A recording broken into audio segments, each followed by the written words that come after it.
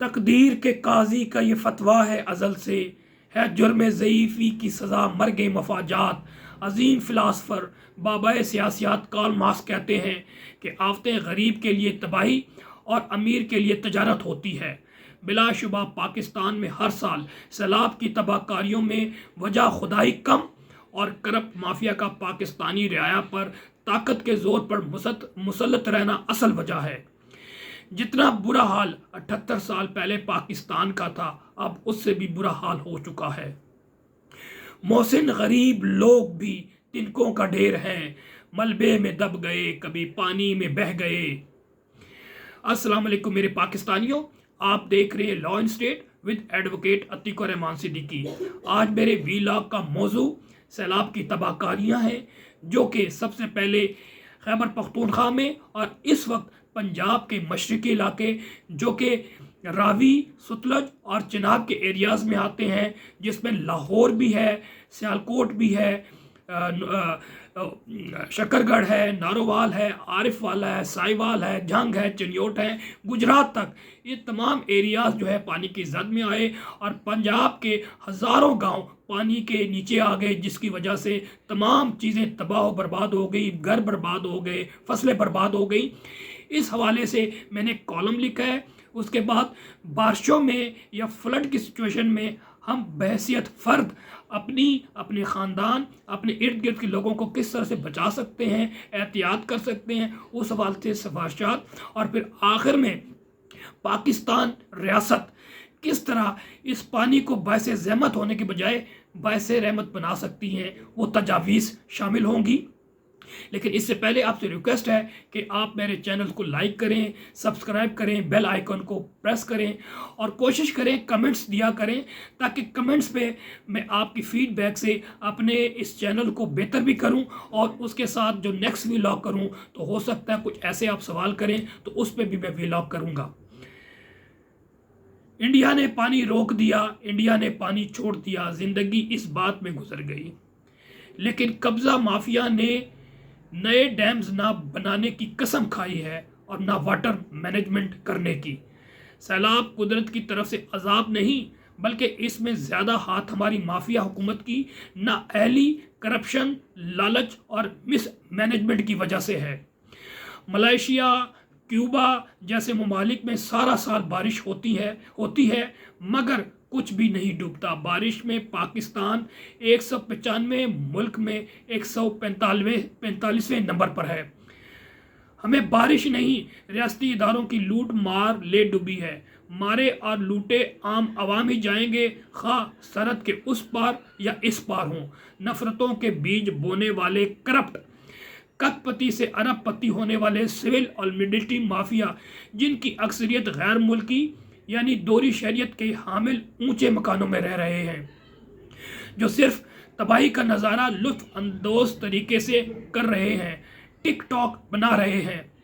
جو امداد باہر سے آئے گی، اس مزید اپنی تجوری بھریں گے اور ٹسوری کی طرح ہماری بے بسی پر رقص کر رہے ہوں گے۔ بقول اس مافیا کے ایک نمائندہ جو کہ وفاقی وزیر میری مراد مصدق ملک سے ہے، جو خود تسلیم کرتا ہے کہ 11 سال سے سیاست میں ہوں، اس نتیجے پر پہنچا ہوں کہ اس ملک میں غریب آدمی کی کوئی جگہ نہیں ہے اور بین الاقوامی سطح پر کمزور ملک کی بھی کوئی جگہ نہیں، یعنی پاکستان کی کوئی جگہ نہیں ہے۔ جعلی حکومت سیلاب سے نہیں نمٹ سکتی۔ یہ کاروبار کریں یا عوام کی خدمت، لوٹ مار کریں یا دکھ درد کے ماروں کی مدد، بحران بڑا ہے اور حکمران چھوٹے ہی نہیں بدعنوان بھی۔ انہیں گھر بھیجے بغیر پاکستان کے دن نہیں پھریں گے۔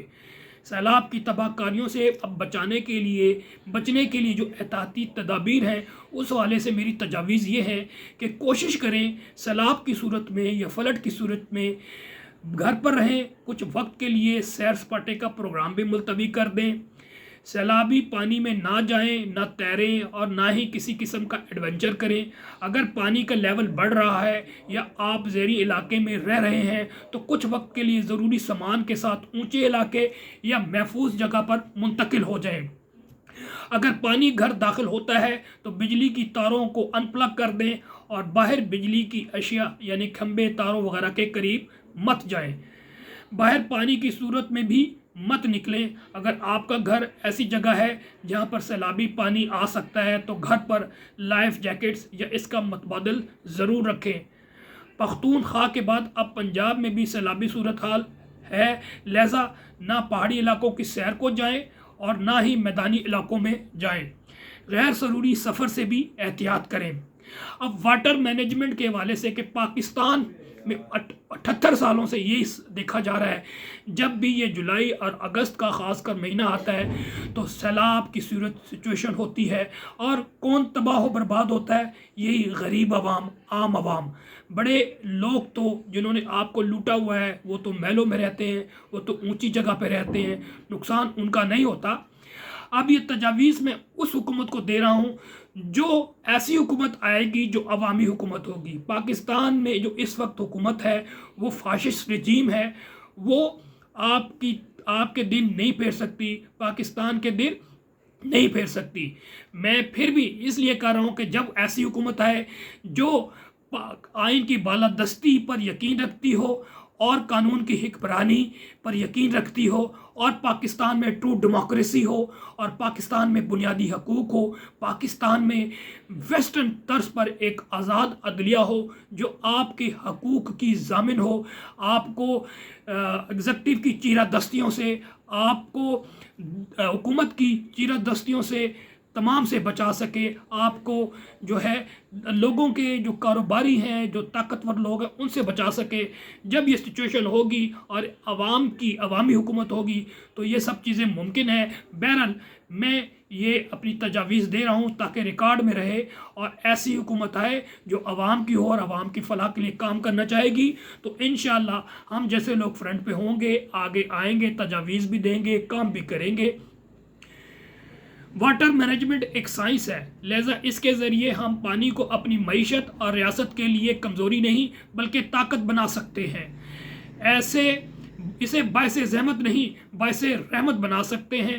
پانی ہو تو زندگی ہے، اس سے ہی خوشحالی لائی جا سکتی ہے۔ ڈیمز، بیراج، جھیلیں اور دیگر آبی ریزروائرز بنانے کی شارٹ ٹرم، مڈ ٹرم اور لانگ ٹرم حکمت عملی بنانے کی ضرورت ہے۔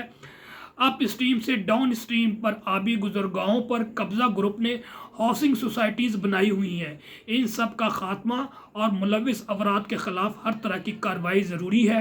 پاکستان کو چاہیے کہ اب ہاریزنٹل ہاؤسنگ کے بجائے ورٹیکل جو ہاؤسنگ ہے اس پہ فوکس کیا جائے، کیونکہ پاکستان کی زرخیز زمینیں، دریاؤں کے ساتھ والی زمینیں، وہ ساری جو ہے اس جو اینٹ اور گارے کا ملبہ ہے اس کے ذریعے پھیلایا جا رہا ہے، اور ایک طبقہ جو 1% ہے وہ آپ کو لوٹ رہا ہے اور اپنی تجوریاں بھر رہا ہے۔ بہرحال یہ کانسیپٹ لانا پڑے گا، آپ کو ہاریزنٹل کنسٹرکشن کی طرف، ہاؤسنگ کی طرف جانا پڑے گا، ہاریزنٹل کو ختم کرنا پڑے گا۔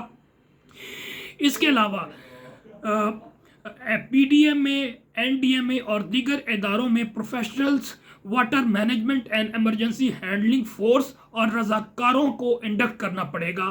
سول فورسز مثلاً ریسکیو 1122 جیسے اداروں کو زیادہ سہولیات دینی پڑیں گی، ان کو ایکوپ کرنا پڑے گا، ان کو آپ کو ہیلی کاپٹر دینا پڑے گا، تمام فیسلٹیز دینے پڑے گی تاکہ وقت آنے پہ وہ آپ کو، ہم سب کو بچا سکے۔ ماحولیاتی تبدیلی کے اثرات کم کرنے کے لیے ہر ممکن اقدامات اٹھانے ہوں گے، مثلاً پاکستان میں جنگلات کا اضافہ کرنا پڑے گا اور ٹمبر مافیا کی بے خونی کرنی پڑے گی۔ پاکستان اس وقت صرف 5%، 4% جنگلات ہے، جبکہ انڈیا میں 25% ہے، تو 25% لانے کے لیے کتنی ایفرٹس کرنی پڑے گی آپ کو اندازہ ہے، لیکن پھر بھی امید کا جو دامن ہے وہ نہیں چھوڑنا چاہیے۔ دنیا امید پر ہی قائم ہے، تو انشاءاللہ اگر اچھی مینجمنٹ آئے، اچھی حکومت آئے تو ہم آغاز کم از کم سفر کا کر سکتے ہیں۔ پاکستان میں آبی ذرائع اور نہری نظام کو 21ویں صدی کے تقاضوں اور ضروریات کے مطابق ڈھالنا ہوگا۔ پاکستان میں نہری نظام کو 21ویں صدی کے تقاضوں اور ضروریات کے مطابق جدید بنانا ہوگا۔ نئی رابطہ نہریں، نئے واٹر چینلز کے ساتھ ریزروائرز بنانے ہوں گے تاکہ بنجر اور ریگستان زمین، میری مراد چولستان، تھر اور بلوچستان لاکھوں ایکڑ زمین جو غیر آباد ہے سرسبز کیا جا سکتا ہے، خوشحالی لائی جا سکتی ہے۔ اسکول، کالجز اور عام عوام کو بھی واٹر مینجمنٹ کے بنیادی اصولوں اور سکلز کو سکھانا پڑے گا۔ آج کے لیے اتنا ہی کافی۔ نیکسٹ ویلاگ تک کے لیے اجازت دیجیے۔ والسلام۔ پاکستان زندہ باد، عوام زندہ باد۔